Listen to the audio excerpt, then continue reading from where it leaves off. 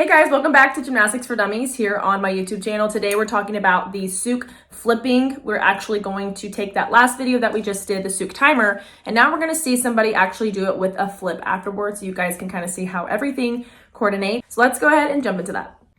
Okay, so first and foremost, this video was a little pixely when it was sent to me, but you guys can still get the gist of it.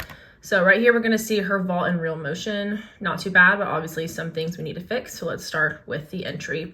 Right here, the first thing that I noticed is her hands are really wide. I would say that's a little too wide for going into the Tsuk. I think this hand placement is really good, but this hand placement, I think it's just a little bit too far. We almost want this hand to be a little bit more underneath our shoulder in a way.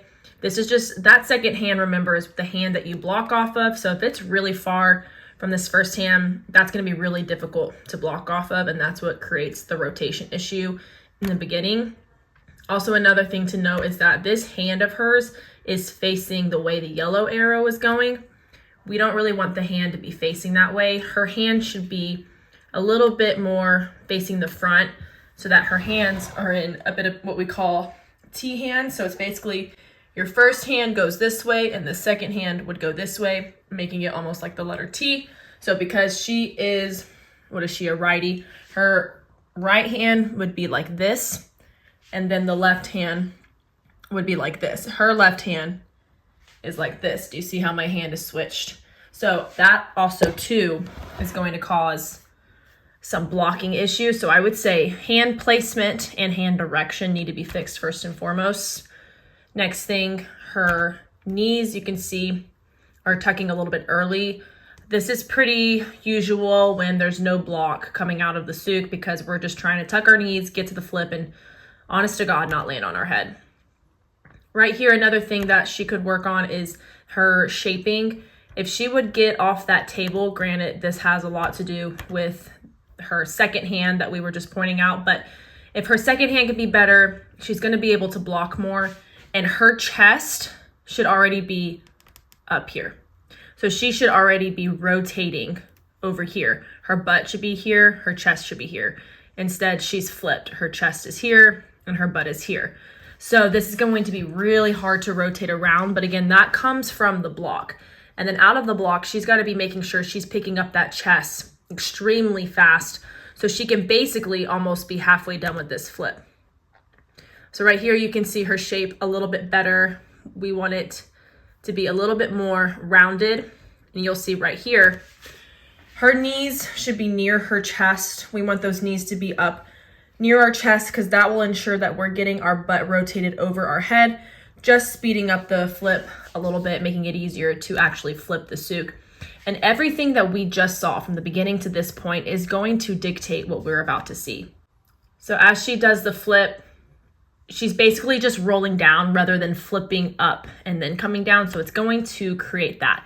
Everything that we just saw right here with the entry of the vault, her first or her second hand being too far away, her not getting a block, all of that is what creates everything else. So it created her chest not being able to get up fast enough, which caused an issue into the flip.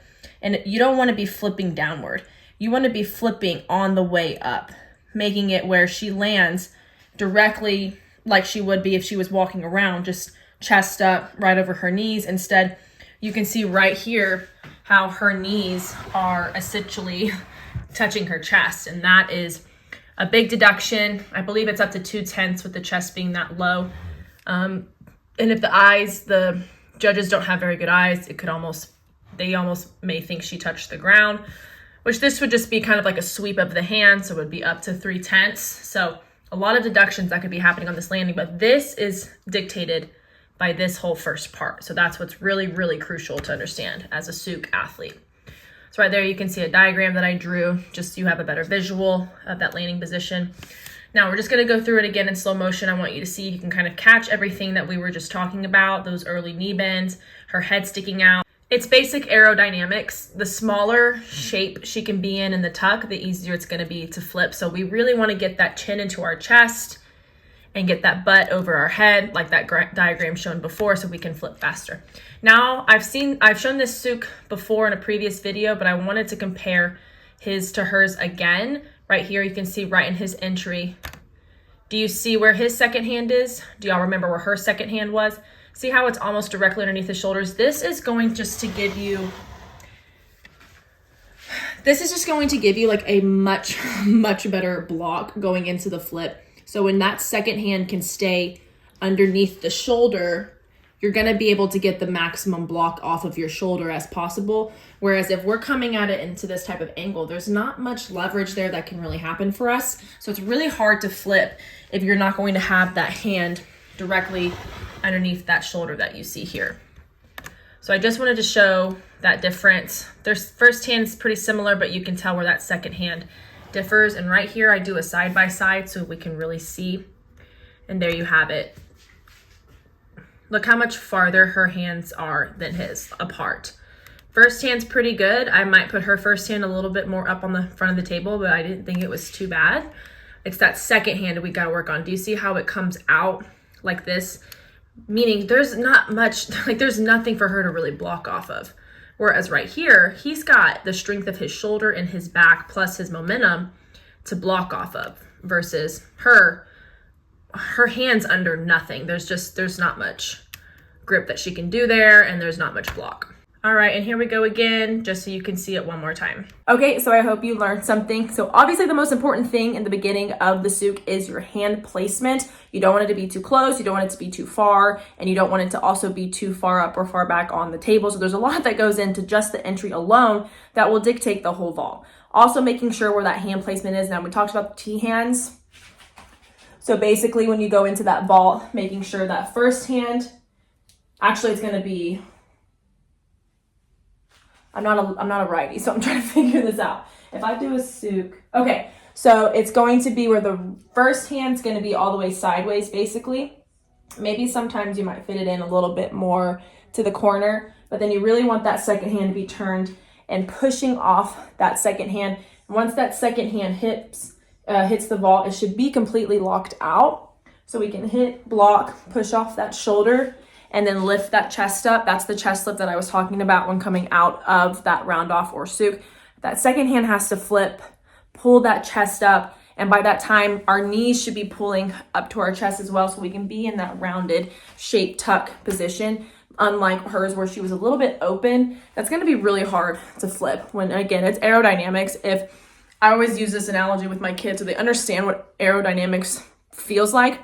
I always tell them, whenever you stick your hand outside the window and your mom's going really fast or dad and they're just driving and your hand's out the window and you put your hand out the window and you make a fist, it doesn't feel like it's too hard, right, for you to like kind of resist the wind.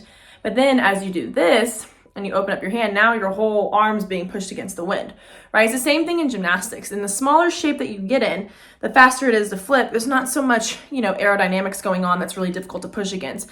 But when you're in a more open shape, you're really fighting gravity to flip through the air. So it's really important that if you are in this open shape, that you have enough momentum and power and strength to fight that. But that's not the position that she's doing. She's in a tuck, so that should make it easier to flip. So we've really got to be making sure we're in a small little ball in that tuck, pulling the knees over our head, pulling the butt over our head, really using our lower abdomen and our hip flexors to pull ourselves over. A good little drill is to have them do backward rolls as fast as they can and tell them, feel what it feels like when you're thinking of doing these fast backward rolls. So like, hurts my stomach, it hurts my legs. Yes, that is what I want you to think of when going into your tug. Like, I've got to rely on my stomach, I've got to rely on my legs, pulling myself over in my head. And that's going to prevent everything we saw on the landing. She landed extremely low because of everything that happened in the beginning. It's not necessarily the flip that's the issue. Could this flipping shape be improved? Sure,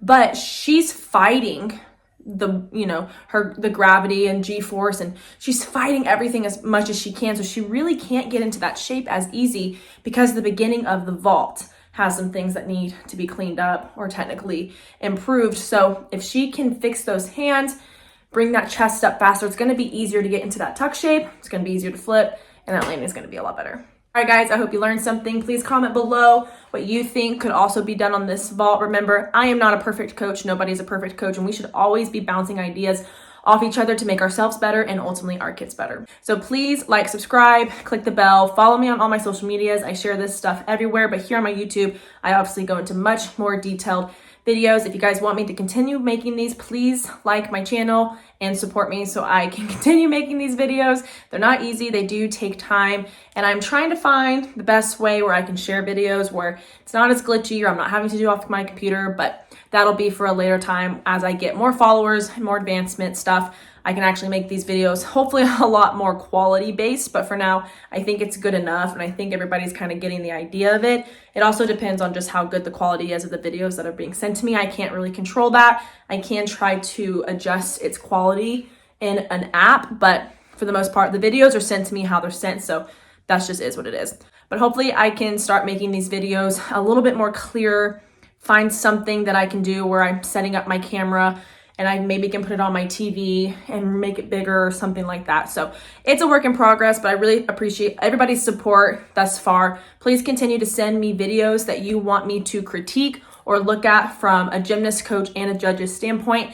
Guys, that's the best thing about this. I've been in everybody's shoes almost for the most part when it comes to gymnastics.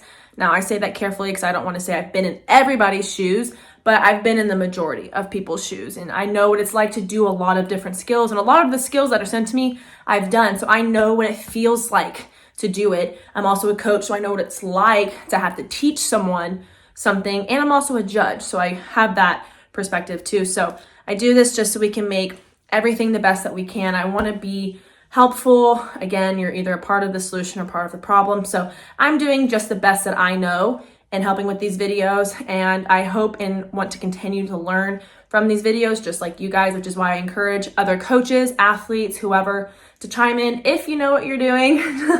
But if you have a different perspective or something that you've done that has helped and it might be a little taboo, please share it, right? 2 + 2 = 4, 5 + 1, or 5 - 1 = 4. Like, there's so many ways to get to the answer 4. It might not all look the same, but if we get to the same answer safely and correctly, then we get there, and that's what matters. So everybody, I want support and help. Chime in. Let's help each other. And thanks, guys, for watching. I'll see you in the next one. Bye.